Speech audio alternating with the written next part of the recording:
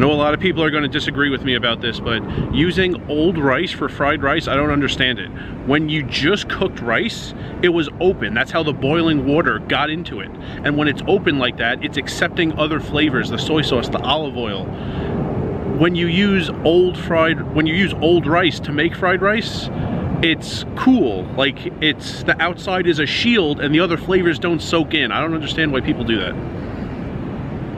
Anyway, today, this will be a recurring video, monthly. I didn't give it to you after January because for the first 16 days of January, I was in New York, not paying anything. February was a full month. I was out here. I paid for things. So monthly expenses, not every single category. So my spreadsheet has like 2 categories. Things that happen every single month and things that will happen throughout the year, but they're sporadic, like cigars, like monorail passes, things like that.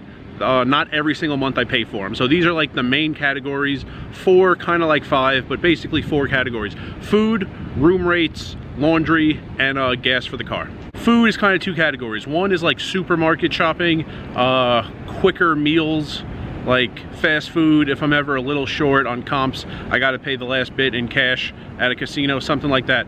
And then like fancier dinners that are expensive, and I don't want them to kind of skew the food category in my spreadsheet. So those 2 right now. $114.31 on food and $388 on fine dining, fancy dinners, things like that. My friend from California was in town.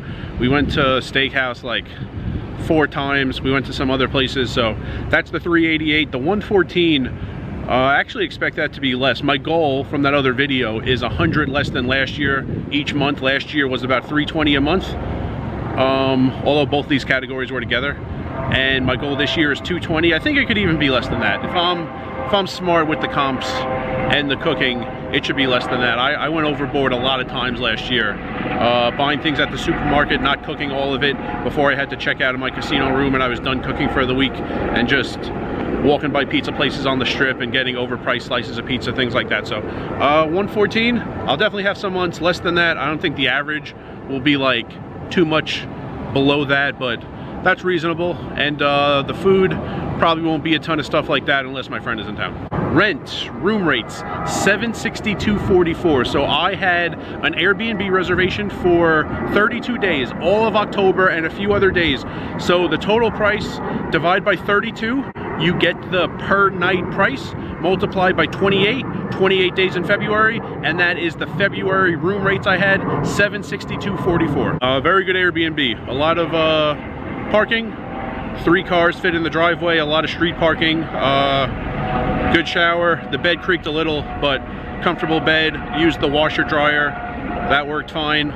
Could have used the kitchen. I just used my rice cooker in the kitchen, but I didn't use the stove or anything like that. So real good setup for $762.44. Also, it was only like 3 miles from the strip, so didn't have to spend a lot driving. I've been as far away as like very close to Red Rock before, but this was just barely down Flamingo to the west. Gas, $90. Pretty sure that was just 2 times I went to Canseco's. I think it was $45 each time. Exactly. Often pay cash at Canseco's because you saw what the screens look like a lot of the time. You don't have to deal with any of that when you pay cash. So $90 for the month. Filled up the tank twice. And laundry was $0 because it was included in the Airbnb. I was able to use the washer dryer once a week. I only needed to use it twice in 3.5, 4 weeks. So laundry was $0. It's still, you know, part of the stuff that happens every single month. So that's why it's in this section of the spreadsheet. So these 4 or 5 categories, however you count food as 1 or 2 categories, $1,354.75. I expect many months to be below that because the going out to eat for the fancy dinners isn't common. Gas should be about the same. Laundry, even if I pay for laundry, what is it? $3-4 bucks each time. Laundry is never gonna really matter in the grand scheme of things. It's convenient when I could do it in the Airbnb. It saves me time. While it's in there, I could be doing something else in the house, video editing, writing a script for a video, something like that. So it is a lot more convenient, but the price doesn't really change whether it's included in the Airbnb or whether I have to go to a laundromat. Food is the big one. We'll see what that's like in the coming months. I have the most flexibility in food.